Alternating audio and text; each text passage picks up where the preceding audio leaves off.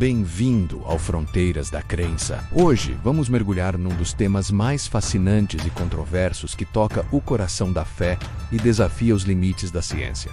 Os anjos existem? São eles mensageiros divinos, guardiões celestiais que nos protegem? Ou são projeções da nossa própria mente em momentos de extrema necessidade? Para milhões de pessoas em todo o mundo, anjos não são apenas figuras de histórias antigas. Eles são seres reais, presenças ativas que intercedem por nós, nos guardam de perigos e trazem mensagens de esperança. Por outro lado, a neurociência e o ceticismo oferecem uma perspectiva radicalmente diferente.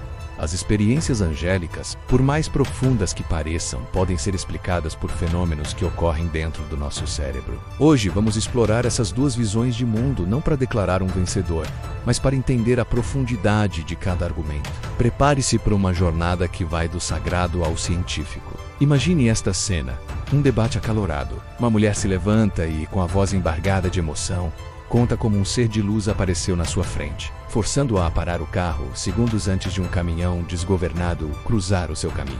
Para ela não há dúvida, foi um anjo que salvou a sua vida. Do outro lado do palco, um neurocientista, com calma e respeito, responde. Ele explica que experiências místicas como essa podem ser induzidas por padrões muito específicos de ativação no cérebro. Não se trata de uma entidade externa, mas de um evento neurobiológico intenso. Este confronto nos deixa com uma pergunta fundamental. Como podemos diferenciar uma verdadeira intervenção divina de um processo complexo que acontece dentro dos nossos neurônios, onde traçamos a fronteira entre o milagre e a biologia? Vamos começar pelo lado da fé.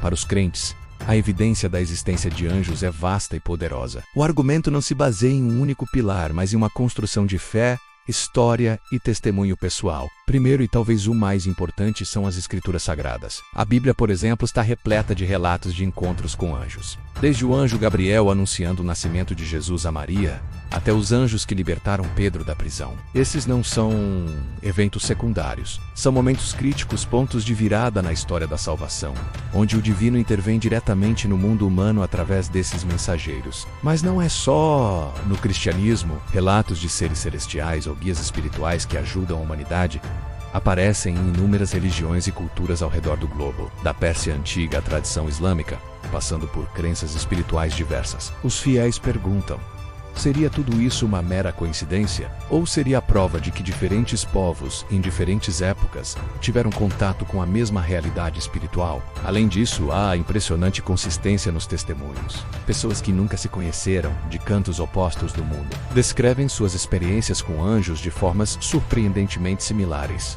Uma luz intensa, uma sensação de paz avassaladora, uma figura imponente e, muitas vezes, uma mensagem clara e concisa. Como explicar essa semelhança sem que haja uma fonte real e objetiva para essas visões? Outro ponto forte para os crentes são as histórias de conversão. Muitos ateus e agnósticos convictos relatam ter mudado completamente suas vidas após uma experiência inexplicável no momento de crise profunda. Uma visão de um anjo, uma sensação avassaladora de uma presença divina que os salvou do desespero. Para eles, essa experiência foi tão real e transformadora que nenhuma explicação psicológica parece suficiente. E claro, temos os milagres. Histórias como a da mulher que evitou o acidente de carro se repetem aos milhares. Pessoas que sobrevivem a quedas impossíveis, que são inexplicavelmente acordadas antes de um incêndio começar, ou que sentem um empurrão invisível que as tira do caminho de um perigo iminente. Para quem viveu isso, a ideia de coincidência soa como uma tentativa vazia de racionalizar o impossível. A proteção angelical, nesse contexto, não é uma crença, é uma certeza vivida na pele. Videntes e místicos, ao longo dos séculos, também descreveram consistentemente suas comunicações com seres angelicais, fortalecendo a ideia de que essa comunicação é, de fato, possível. Em resumo, para os crentes, a existência dos anjos é sustentada pelas Escrituras, pela universalidade dos relatos, pela consistência dos testemunhos, pelas conversões transformadoras e pelos milagres inexplicáveis que desafiam a lógica. Agora, vamos atravessar a fronteira e analisar a perspectiva científica e cética. Para um cientista, a primeira pergunta é sempre: qual é o mecanismo? E quando se trata de anjos, o ceticismo começa com um desafio fundamental.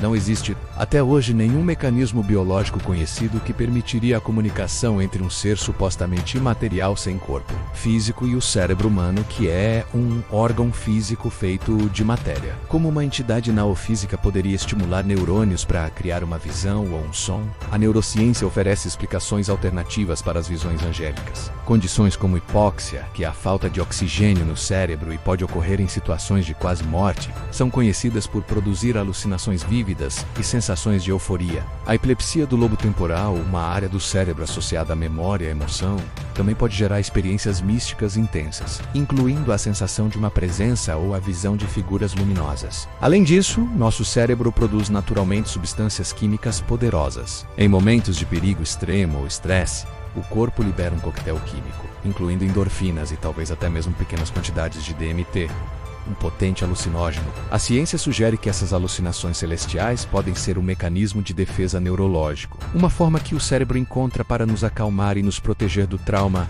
em uma situação insuportável.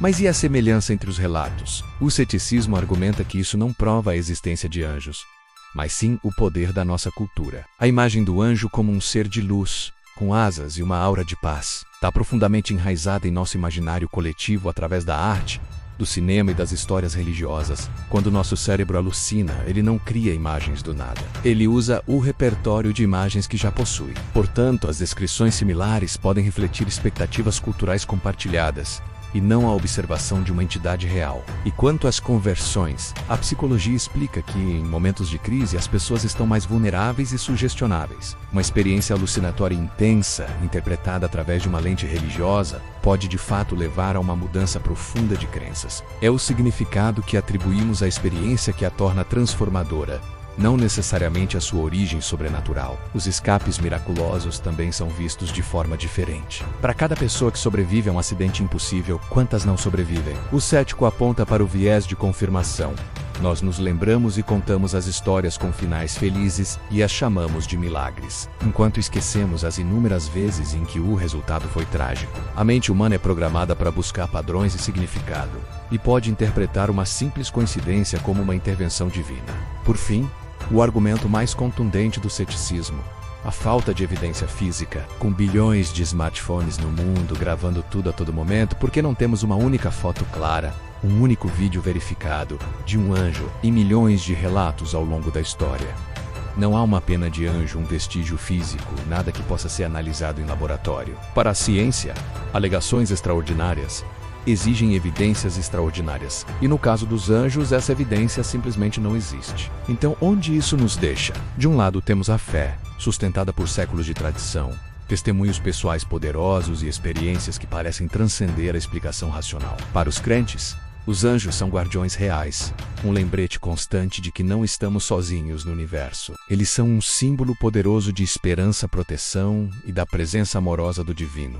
Do outro lado, temos a ciência, que nos oferece explicações baseadas em processos neurológicos e psicológicos. Para os céticos, os anjos são uma bela e poderosa criação da mente humana, nascida da nossa necessidade de conforto em momentos de vulnerabilidade, uma manifestação da nossa capacidade de encontrar esperança mesmo diante do desconhecido. A verdade é que, talvez, essa fronteira entre a fé e a ciência não precise ser uma linha de batalha. Talvez a experiência de ver um anjo seja ao mesmo tempo um evento neurológico complexo e uma genuína experiência espiritual. Talvez o divino se comunique conosco através da linguagem que nosso cérebro é capaz de entender. No final, a questão permanece em aberto, um dos muitos mistérios que o nosso canal Fronteiras da Crença adora explora. Mas agora, a palavra está com você. Você já teve uma experiência que acredita ter sido angelical? Ou você acredita que há uma explicação perfeitamente racional para esses fenômenos? Deixe o seu relato, a sua fé ou o seu ceticismo nos comentários. Vamos continuar essa conversa fascinante, sempre com respeito. Muito obrigado por assistir,